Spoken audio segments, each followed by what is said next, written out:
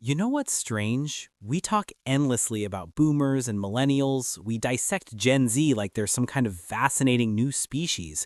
But there's this entire generation that just exists in the middle, barely mentioned, almost invisible. Generation X. Born roughly between 1965 and 1980, they're your older coworkers who never complain, your parents who seem oddly detached sometimes, the people who built the internet but don't post about their breakfast. And here's what nobody tells you.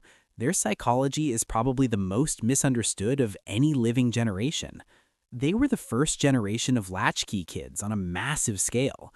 Picture this. It's 1978, you're 8 years old, and you come home to an empty house because both your parents are working. No smartphone, no Ring cameras, no way for anyone to check if you're okay. You let yourself in, make yourself a snack, do your homework alone, and wait. A study published in the American Journal of Orthopsychiatry found that by 1984, approximately 7 million children between ages 5 and 13 were regularly unsupervised after school. That's an entire generation learning that you can't always count on someone being there. That empty house did more than make them self-reliant. It drilled in the idea that actions have real consequences, ones you can't talk your way out of.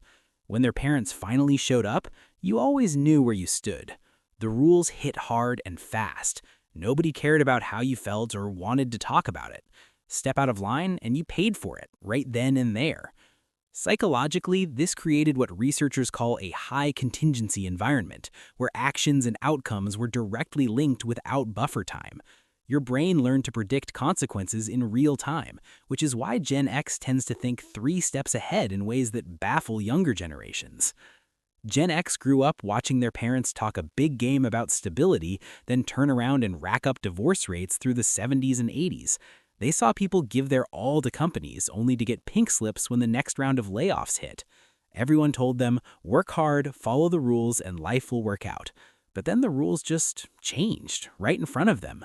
So yeah, psychologists might call it defensive pessimism, but Gen X, they just call it being realistic.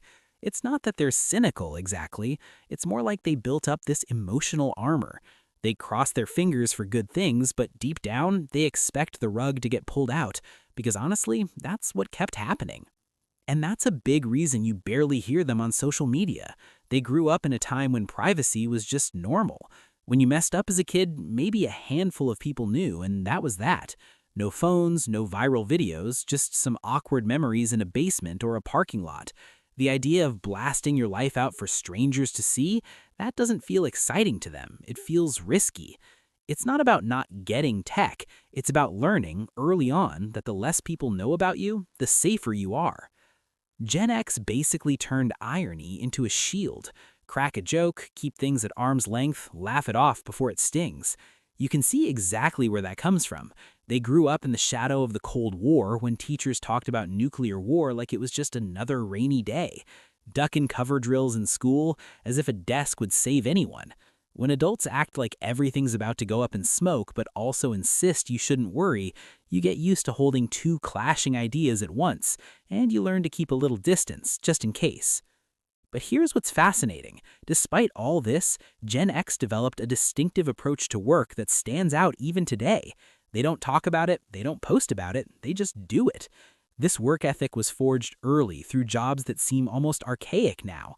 Paper routes at 5 in the morning, bagging groceries, working fast food registers where you had to calculate change in your head when the machine broke.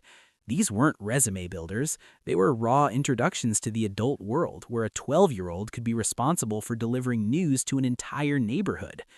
They watched their parents' generation get destroyed by corporate restructuring, so they never believed in company loyalty, but they're fiercely loyal to their own competence.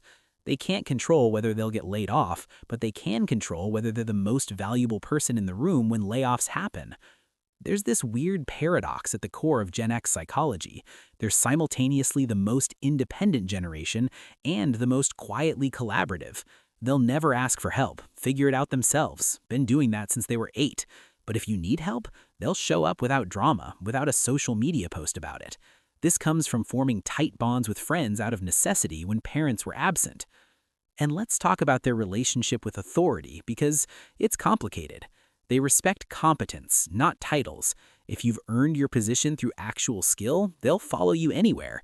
If you're just someone with a fancy job title who doesn't know what they're doing, they have zero patience. Gen X questions authority because they watched incompetent authority figures make terrible decisions their entire childhood, from Watergate to Iran-Contra to the fumbled AIDS crisis. They faced serious economic headwinds that their parents' generation hadn't experienced. The youngest Gen Xers graduated college right into the dot-com bubble burst. The oldest ones were hitting their stride when the 2008 financial crisis hit.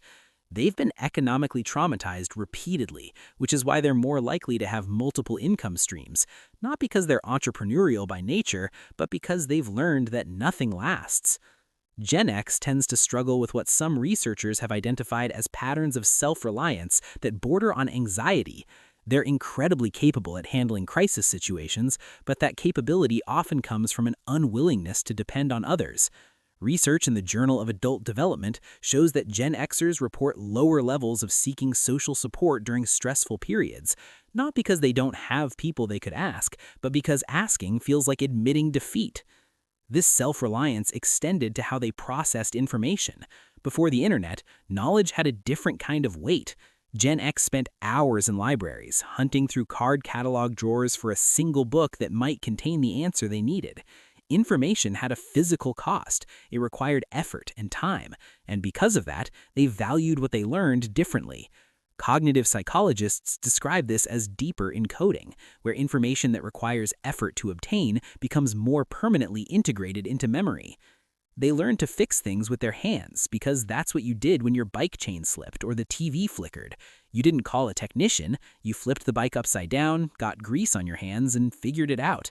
This built a mechanical intuition, a belief that with enough patience and a screwdriver, you could master the physical world.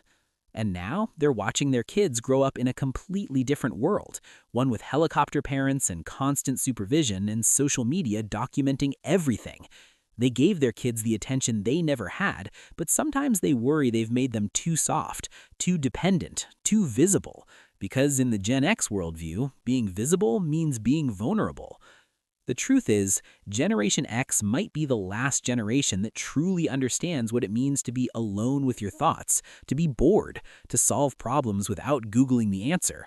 They're not better than other generations, just different, shaped by a unique moment in history when the old world was dying and the new one hadn't quite been born.